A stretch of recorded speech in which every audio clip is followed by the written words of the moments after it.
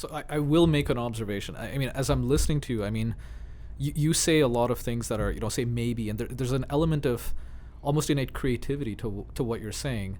And these are things that I'm not sure whether necessarily an AI is going to be able to just, kind of postulate this abductive type of, creative reasoning. It may be able to crunch, but it may not be able to dream, as it were. And it sounds like there's certainly, and from my observation, there's an element of creativity. There's an element of imagination, of, postulation, of pontification, of some type of dreaming, and then trying to go out and find those things in there. And I can't help but think this is also because you are not purely cut from like a scientific cloth. I've known you long enough to know that you're a wicked bass player, and that you've had a prior life, and as a musician. And I can't help but think also that part of your creativity also comes from that. So tell me a little bit more about, do you believe that the arts and this type of exploration is, from things that are non-quantified, what is their role in the scientific? Do you think they have their place in there? Because people are talking about, okay, the liberal arts, well, maybe not. Let's push everyone to go and get a Udacity degree in, data science, right? It's incredibly should someone pick up a bass and learn, right? And what the arts are about, or go and take a dance class? I mean, what you are you're a teacher, you're a scientist, and you're in the quantitative empirical sciences. Where does the arts fit in for you? Oh, yeah. I mean, I'm glad you asked. I mean, it is a tragedy that we are removing the arts from so much education. It's so hard. I mean, and the reason why, I think, is that so I think they're absolutely essential for doing things like science. I agree with you that creativity is not something that is categorized into arts or science, right? Creativity is creativity. The problem is that it's hard to quantify, right? And everybody loves metrics, right?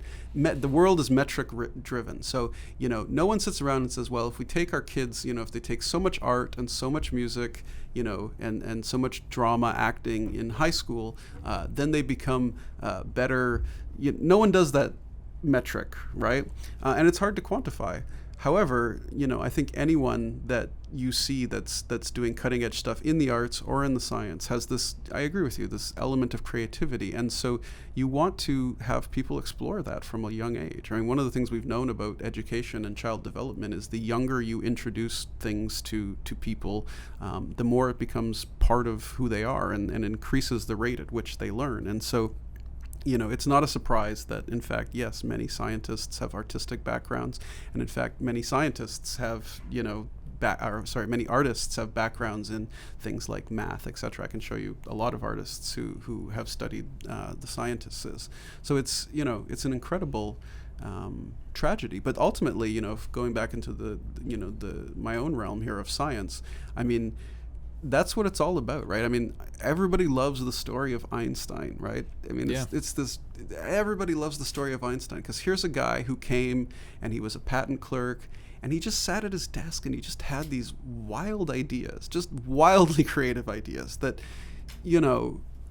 are so out there and yet have proved to be so right, and he didn't need a lab. He didn't have really formal training, right? He just kind of used his mind. And it shows you that if you develop those kinds of things within people, however you do it, in science or in the arts, that the human mind is a powerful, beautiful thing to do this kind of stuff with. What role has art, played in your life? I mean, you may not be, again, to your point, you may not be able to quantify it to say, well, because I was a musician that I was able to, understand these things. But in your own words, I mean, what did being a musician do, or like how did it help you in your career? I mean, again, it's hard to quantify, but maybe I'll twist it a little. Was it a feel for something? Did you find a groove with?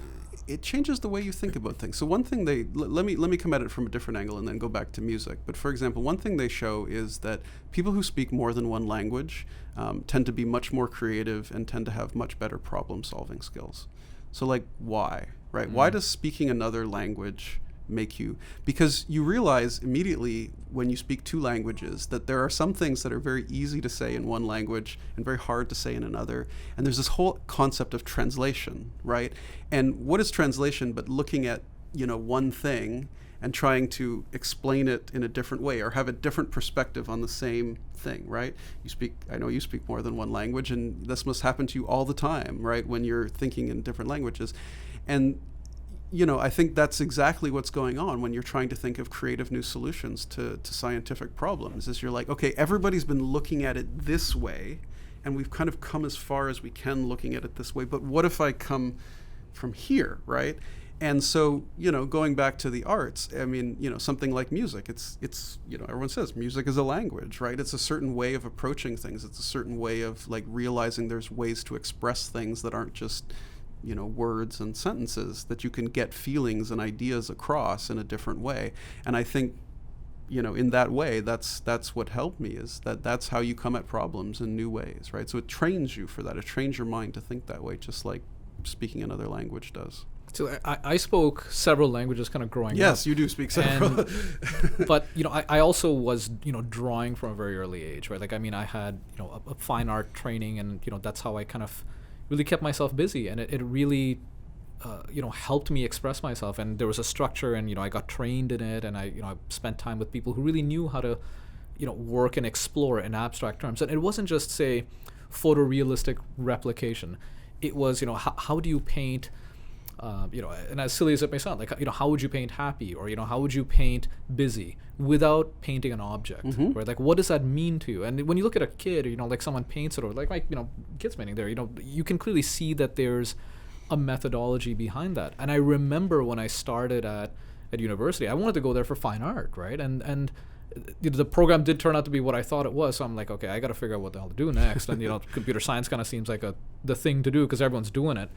But as it became more abstract, I kind of saw the structure, and like it was just almost like it was a groove that I could fit into. And I would see a theorem, and I would go, oh, that kind of makes sense, but I couldn't quantify it.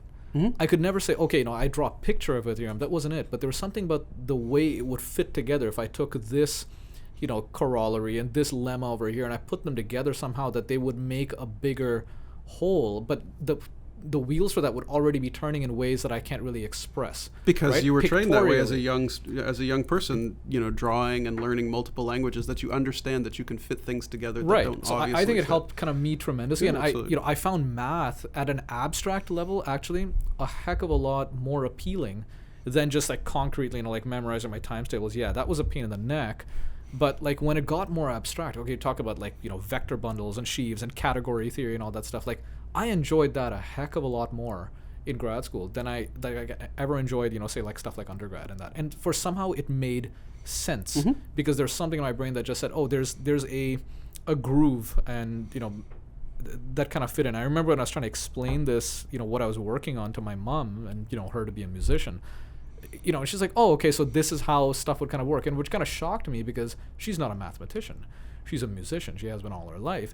And she understood the basics of what I was trying to do, which I completely kind of validates your point, right? She speaks multiple languages, she's a musician, but at an intuitive level, she got the theme. Yeah, her mind is open to a different way of seeing things, because it's always been, when you're always speaking different languages, always being creative like this, your mind is open. It's open to seeing things in a different way, or assimilating things that are completely foreign to you into your way of thinking, right? So amongst your students, I mean, do you see ones that are doing really well who've come from that type of a background, or more diverse that way? I mean, have you seen it in examples? I mean, it's hard. I mean, that's a hard question to answer, and it's good to have real data.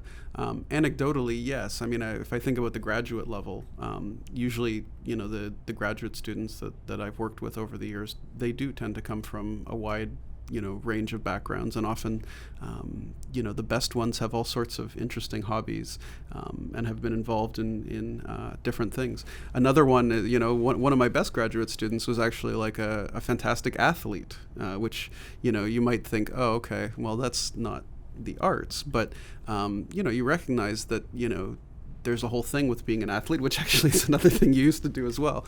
But it's a certain way of like thinking I just about like the pain. I don't know. Well, Maybe you forget. Well, you know what it is. You know what he's fantastic at? Optimization. That's what he loves doing. Really? Optimizing everything. And if you think about it, and if you're a really good athlete, right? And I think you've done this as well. And you're trying to shave, like, how do I get another 4 seconds off my time? You realize, there's all these little optimizations you can make in, in your bike ride or your swim. Like I shave a a little closer, or breathe one less. You know what I mean? And you're thinking about these optimizations. That's one of the things that he's fantastic at optimizing things. And so it's interesting that he comes from an athletic background. So you realize that all these other things that you do in your life, arts, athletics, they have ways that they will influence the way you do other things like science, right? Which is exciting. Is that why you took up marathoning? I had to go there. No, because it was like potato chips and like pop. I remember that. Well, yeah, I've kind of gone back to that, but yeah, like you ran a marathon. Marathon. Yeah, Like that was amazing.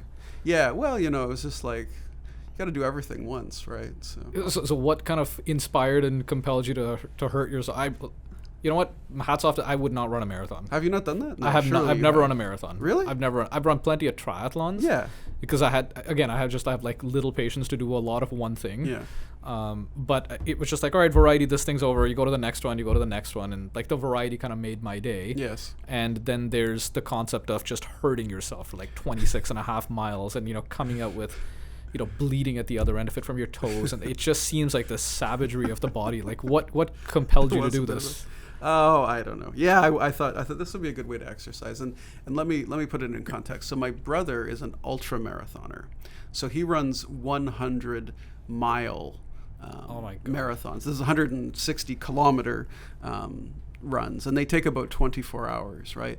So two things. First of all, I'd like to get healthy. Second of all, I had been running. I had done like a half marathon. And third, I saw my brother running these whatever that is, 4 marathons in a row. And I thought, well, anything he can do, I can certainly do at least a quarter of it, to which I, was right, although painfully right. So I don't know. It was a bunch of stupidity. It was fun. I won't do it again, probably. It shaves a lot of time off your weekends, these like 3-hour runs. It's a commitment, yeah. It is a commitment. So I'm glad, I have my little medal. It says Leiden Marathon 2013. I still have it. It's very It's nice to have, but like you finished, right? I mean, that in itself is like it's a big kind of accomplishment. Did that change? I mean, your way in which you kind of manage your time and scheduling? Because I mean, athletics is such a big part. I mean, for me, I still maintain. I mean, I don't run, triathlons anymore, but I've since started doing different stuff. But just the physicality, there's a certain confidence for me. I go, what, if I'm really having a bad day or something, I just get into that, bang out a bunch of like just heavy weights or something, and just something, the oxygen goes through your brain and your body, and you get yourself to going, well, if I could handle that, then certainly I can handle like anything else. I think that's part of it. Yeah. Did you get kind of a similar sensation when you kind of took up? Yeah. I mean, it's an interesting question. It's something I've never thought about ever, but you remember being an undergraduate together, and we just worked so hard, right? Yeah. It was hard program, and I do think there's this related thing in athletics about academia and in hard things like physics and computer science pushes your brain to the point where you're like, okay, I'm tired, I'd like to give up, and you look and you go, well, no, there's an exam tomorrow, and actually I can't.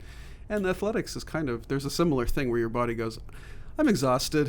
But it's interesting. I'd like some potato chips, and you're like, no, you're going to keep running. Yeah. You're going to keep running. It's a little bit of mind over matter. So I'd never thought about that before, but it's an interesting point. But it knows there's CrossFitters and powerlifters and all this. A lot of them are actually like physicists and astronomers and computer scientists and mathematicians. I mean, they've just got, to your point, I think it's interesting you raise that. They've got this structure to it going, well, what can I do to increase my my deadlift by another 10 pounds, and like what kind of change in programming do I have to make? And we'll sit down and write it all out and keep these meticulous logs of that stuff. On the highest level of competition. Yeah, it's not something you can just kind of feel your way through. Agreed. So there certainly seems the quantitative people have applied this type of lifestyle kind of within absolutely. there. But when you first told me marathon, I'm like, good grief, man. I mean, like that's I won't do that again. Kind of world of hurt, right? Yeah. I didn't realize it when I signed up for it, but I did somewhere, 5 miles from the finish, realize that, I have really booked myself into a world of hurt here. Anyway, it was good. I'm glad I did it. It was a nice, cool but sunny day in the Netherlands that I ran it, and ran through the Dutch countryside. People threw cheese at you, and they did. I kid you not. And so it was a fun experience. That way. Yesterday was what, like Canada, Netherlands, I think like the Solidarity Day or something. Was right? Oh yeah. There's this thing yesterday. because we sheltered the Dutch family during World War II. Yeah, so I thought this was a pretty kind of cool day, right? I mean, I managed to connect with a couple of friends there, and that's right. You have this. I forgot. Yeah, right, it's this great connection that I've well. got over there with a couple of friends, right? Yeah. So, cheese and stroopwafels and like tulips and everything that's good about that country. The people, I guess that must be a great place to live too. It was right? a wonderful place. Yeah, I mean, you used to visit it all the time. So Yeah, and I mean, I still visit. I mean, I went there for my friend's wedding. I guess it's like a year and a half ago. But I mean, if there would be like one other country I'd probably want to live in, would be there. I like the variety in food here a little bit better, because I mean, as much as I love cheese, I suspect that there's but I absolutely love the Netherlands. I mean, it was a great place to live. But you're back here like permanently now. Yes, yes. And you're happy for yes. Although who knows what sabbatical will bring? Sabbatical, great hope. Maybe I'll go back there. Who knows? You're thinking of it? Thinking of sabbatical at some point? So. Yeah, well, sabbatical for me would be in 3 years, and the Netherlands would be a lovely place to go. But have to negotiate all these things, including with spouses. So.